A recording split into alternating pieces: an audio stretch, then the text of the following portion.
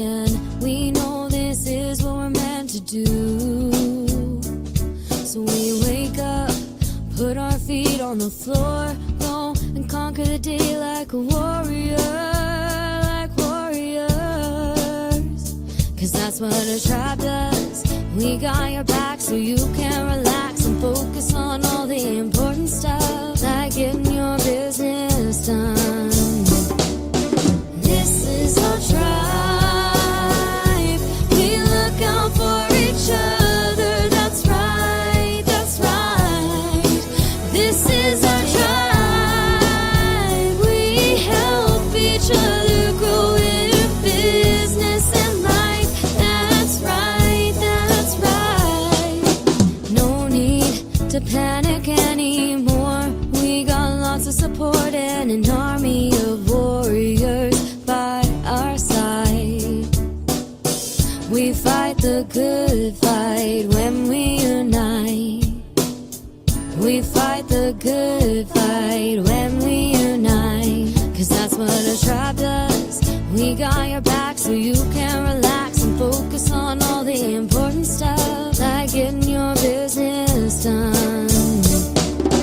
This is our tribe. We look out for each other. That's right, that's right. This is our tribe. We help each other grow in business and life. That's right, that's right. Hi, everybody. My name is Sandra Ray, and I am the host of the Coffee Shop Show. I am a little alone today due to some life events of tribe members, which life happens. So we definitely want to send them positive thoughts, and we are going to still do the show, of course. So we had started talking about client journey 2 weeks ago. I was on vacation last week, so we didn't have a show last week, so you didn't miss anything. So today we're going to talk about mapping the customer journey. So whether you want to call it mapping the journey or the SOP or however you want to call it, basically it's writing down how you want your customer to find you, get deliverables from you, whether it's coaching, products, e-products, services, in-person, virtual, whatever that is. What does that look like from the time they find you on social media or email or however they find you to the time that their work is complete, whatever that looks like. And then like, how do you offboard them? So onboarding and offboarding a client is extremely important and as part of the client journey, customer journey, client journey. So say somebody clicks on something, whether it's your website or your social media, and it takes them to a page to either purchase or sign up for a meeting, depending on how your journey works. If your thing is that you give them a freebie and then they go into a sequence, do you do a compliment, a call for free? What do you do in that initial attention grabbing thing, whether it's products is a little bit different. E-commerce is definitely a lot different than service providers. So we're definitely going to talk about that e-commerce more of that side a little bit later this month or next month, actually. And I'll definitely bring on specialists for e-commerce because that's not necessarily my strong suit. So I'm going to talk more service-based just because that's my personal experience. So they click on something, they sign up for a free call, they sign up for your freebie, then what happens? And you're writing this all down, whether you do it in circles, whether you do it in a list, whether you do it in numbers. Don't get caught up on that. It's basically about you writing things down and figuring out what you want it to look like. If you haven't had customers, what do you want it to look like? If you've had customers, what did it look like? And what did you want it to look like and compare, like two different journeys. What do you want it to look like and what did it look like? And ask your former clients or customers what they liked or didn't like about their journey with you. So that's extremely important. So you can put that input in the new one. Make sure you say hi if you're joining me live on the live stream. I am going to dual look at both screens. And that's the fun part of the show is that it's a live show. So they click on something, they get to a website or they get to a consultation. Then what happens? Do they purchase something and you deliver it and that's the end of it? Fact, don't make it the end of it. That should not be the end of it. Just because you sold them something and they got it is not the end of their journey. It should not be the end of their journey, whether it's you nurture them for afterwards just to have them as a repeat customer, or you do a survey, um, you send a coupon, whatever that looks like after they made a purchase with you or done a service with you is just as important as the beginning. So the beginning and the end are very important. In between, of course, is where you've made a sale, whether that's services, products, or anything in between. So you want to make sure you definitely have a beginning and end, onboarding, offboarding. So those are those terms for that. So they bought something, they're signing up for service. And then tell them the next steps. You'll get an email confirmation. The email will tell you when it's going to be deliverable, or you'll get an email confirmation and you sign up for coaching or the webinar or whatever it is that you're selling. And then this happens, then this happens. There's always a then this is going to happen. That's extremely important because you want them to be informed. I think the thing that gets customers riled up is when they don't know what's going on. I know in my journey, when I purchase things from people, I want to know what's going on. I am an over communicator, which is not a bad thing. But you're going to find some service providers don't have, they're just like, we gave you the thing, you're done, move on. If that's your type of style, that's great. And you definitely can find those providers that do that. I prefer that somebody, walks me through the journey, walks with me.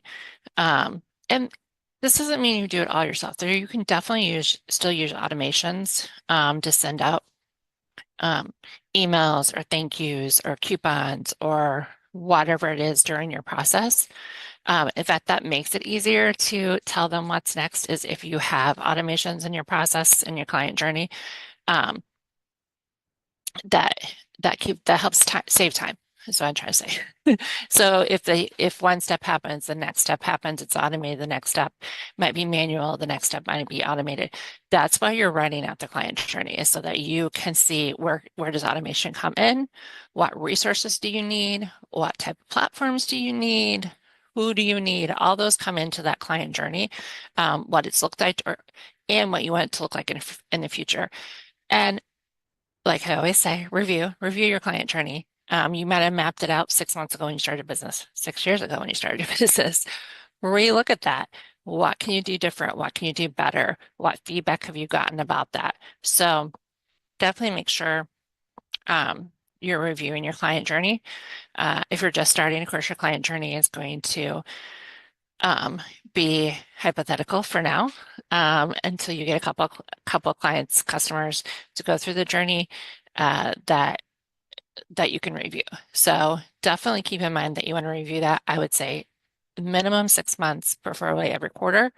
If you do it every quarter, it's not as daunting, especially if you're using multiple platforms and things. It's easier if you do it quarterly, then you can catch errors if something's not working. Maybe you did an automation, you're like, I set it up, set it up, it's running, it's fine. But maybe it's not, maybe there's a glitch, or maybe something can be rewarded better. Or a client's like, that was confusing. I don't understand what that meant. Can you reword this or whatever? So you're applying that feedback and checking tech, because tech is great until tech isn't great. So we all rely on technology so much. And that's not an issue. Technology only works with whatever you gave the information to the technology. So if you set it up in a way and maybe the platforms changed how they were doing things and that setup doesn't work anymore. So these are all important pieces of the client journey, because you want the client journey not to be bumpy. The bumps you should be smoothing out along the way. This is why you're reviewing it. Definitely track your client journey. So depending on what platforms you use, or you can just do it yourself. Spreadsheet, like client went to step 1, they clicked and made a call, appointment for a consultation. Step 2, they did a consultation. Oh, wait a minute. Step 1 to step 2, we sent out reminders. We sent out an email reminder, text reminder, however you want to do that for the consultation. did the consultation, sent out notes, a thank you, next steps, and you can do that on a spreadsheet. It doesn't have to be in this fancy platform. You can start simple. So use a spreadsheet, like this is how it's supposed to go, or there's templates. There's so many templates, even on Google and Microsoft Office, um, about client journey. I think even if you put client journey in, there's templates out there for free.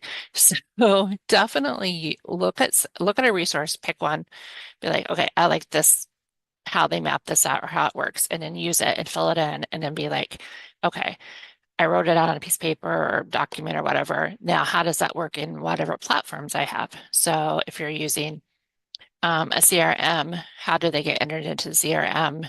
Does it send reminders? Does it send text? Does it tag you to do stuff? If you need to be doing things, are you checking the tags? Are you making sure the next steps get done?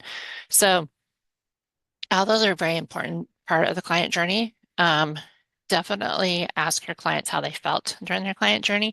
Feelings matter, even when buying a purchase. I think feelings still matter. You want to make sure the client is happy with how the journey went. What feedback can they give? Um, control what you can control. So if you're selling products and it's a manufacturing thing, or it's you have no control over supply and demand, be honest about that. Say, hey, my manufacturer is behind. I need to extend the shipping time or whatever. Communication during the client journey is so, so important. Make sure if you log in and are on the live, please say hi. So I know that you're there. So yes, it is me, myself today. And that's fine. So how your client finds you is how they're going to be entered into the client journey. So if they found you on social media, maybe you did a webinar, maybe you had a freebie out there, maybe you spoke somewhere and you got either an email list from speaking, or people signed up for things while you were speaking. All those are the start of the client journey. So where do they find you at? Social media, website, webinar, you're at a speaking event, you're at a networking event. Somebody refers you to them. So find out how they started in the client journey is important, because it's statistics. So you did a webinar and 5 people signed up for consultation, or 5 people signed up for a freebie, which was the next step. Know where people are coming into at the top of your client journey is important, so that you know what's working and what's not working. Maybe you did a webinar, 50 people signed up and nothing happened after that. But you had steps after that. There's a key. So know how people come into your client journey is important. 2 reasons. One, the stats, so you can know what's working and what's not working, but also what are they coming to you for? So say you offer, me example, I offer some a la carte services, brain dumping, system audits, mini goal setting. Then I have actual coaching packages, and then I have coaching packages with virtual assistant work in it. So if I'm posting on social media about brain dumping and they come in through social media through brain dumping posts, then I'm going to gear their customer journey through that product and that selling of that product, or that freebie. So knowing how they come in and why they come in is extremely important, so you know how to guide them next. And you can make branches. Like if you're doing the circles, you can do the circles and all the branches. And don't overcomplicate it. Keep it simple to start. And if you do offer multiple types of things, definitely you can do that separately if you want, or you can put it all in one. It's going to make the charting of it bigger, but it's all in one, so that can make things a little bit easier. But kind of have a checklist for a client journey. Say, okay, they joined through a webinar, they signed up for my freebie, they're added to my nurturing sequence, they set up a phone call, I sent them the after phone call, things, whether it's to work with me more, what products I think that it's best for them. Then there's going to be a branch. Yes, they moved into buying services, or maybe they didn't, and then you're nurturing them. That's still part of the customer journey, even if they don't purchase off of you right away, the customer journey doesn't end. You have their information, so nurture them. Nurture people, because people will remember that. I've had people come to me after a year and a half, and be like, "Oh yeah, I've been getting your emails," or "Oh yeah, I've seen you on social media," or "I went to this webinar 6 months ago, and it just your name keeps popping up, or you keep popping up in my social media." Um, Keep nurturing them. Nurturing looks different for depending on what niche you're in, what industry you're in. Um, and nurturing can be simple as, "Hey, how are you doing?" Or "Here's a tip. How do you feel about that?" Or "Here's a methodology I'm using. Have you used it?" Ask questions to get responses to engage them. I am not one for daily nurturing emails. That's a preference of mine. But you got to figure out what's best for your customer. So this is where, again, asking your customers what worked for them. "Hey, do you want a tip of the week, or do you want a tip of the month?" Like, well, how frequently do you want me communicating with you?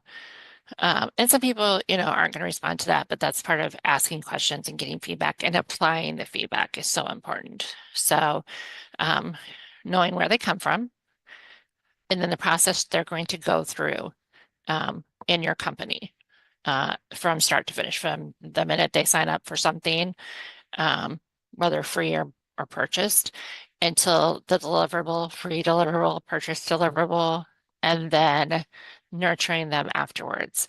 And what I always say is that you have to keep yourself top of mind um, while you're nurturing. There's that balance of nurturing and not being annoying, but nurturing and making sure you're still top of mind. So if you don't touch base for months on end and then come back around, they'll be like, "Where did you come from? How did you get here?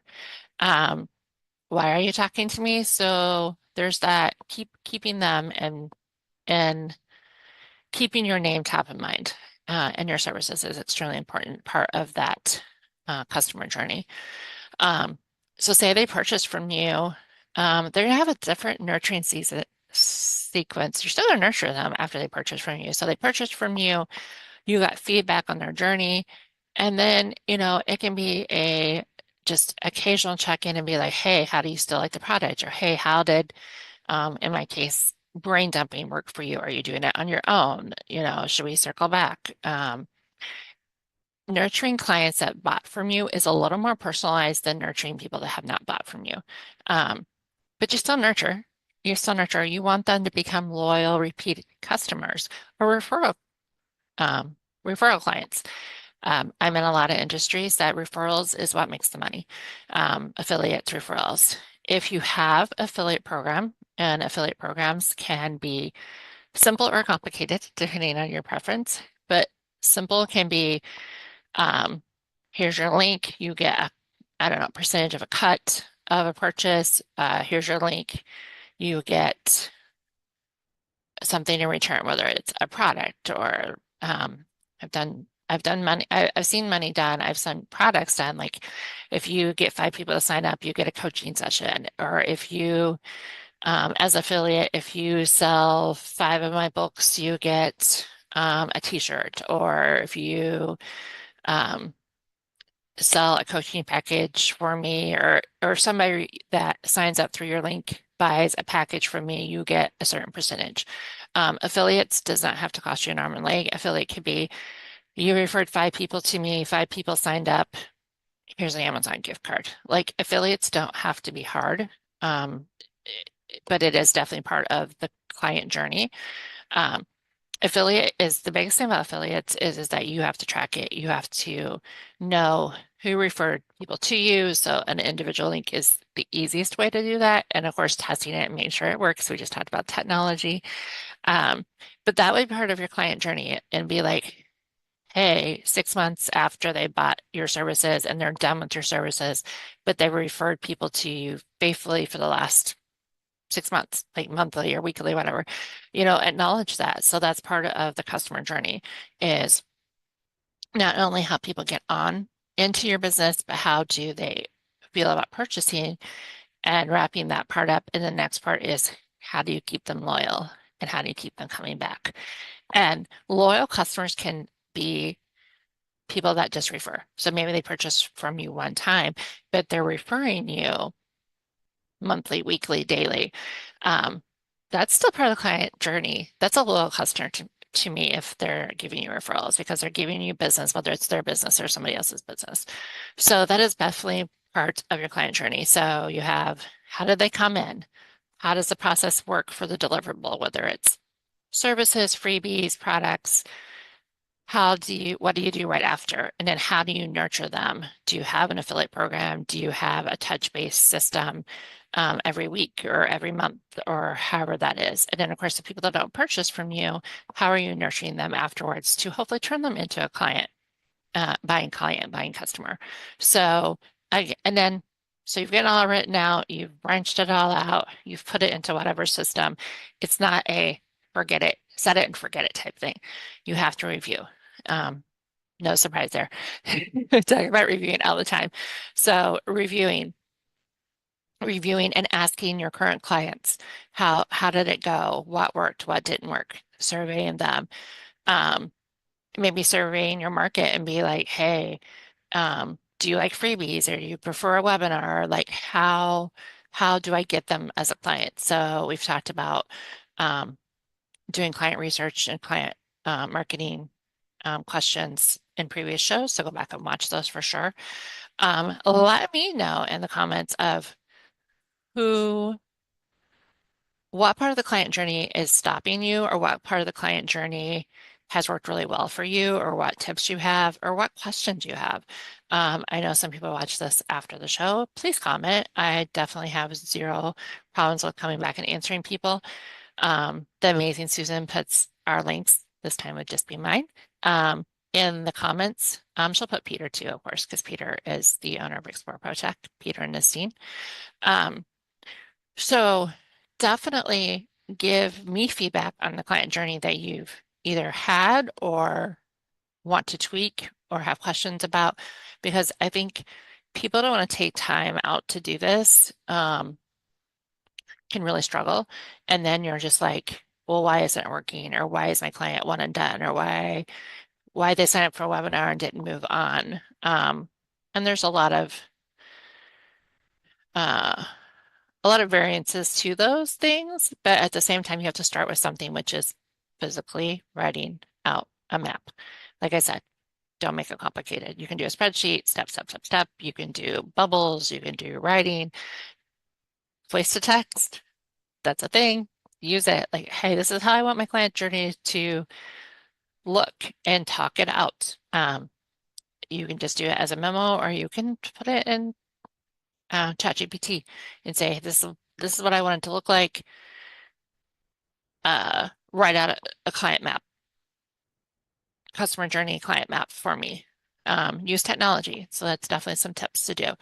I am going to keep this short this week because it's just me. So let me know. Let me know if this is helpful. Let me know other topics that you want to cover. We're going to talk about clients for a couple of weeks before moving on, but let me know what else you want to see on the show. We definitely want to thank Susan for doing our covers, doing our show notes, scheduling our shows, turning this into a podcast. If you didn't know, we are on Spotify, so you can listen to my amazing voice in your drives or wherever you listen to your Spotify podcasts. Please like and share and rate us over there. And of course, share our show over here and like and follow us. I would definitely love to hear how you think the show is going this year. We're almost 9 months into the year. And let me know. I'm definitely planning the last couple of months, the rest of the year titles and subjects out. So let me know if there's something you want covered. That would give me some great ideas. So Nestene and Peter are the owners for ProTech. So they're amazing people. My name is Sandra. I'm the owner of Get It Done Coaching. I help people reach the goals by creating systems, action plans, resources, and everything in between. So definitely let me know. My link will be in the show notes after Susan does the show notes. Big shout out to her. And as Miss Nestene always tells us, may your wildest dreams come true.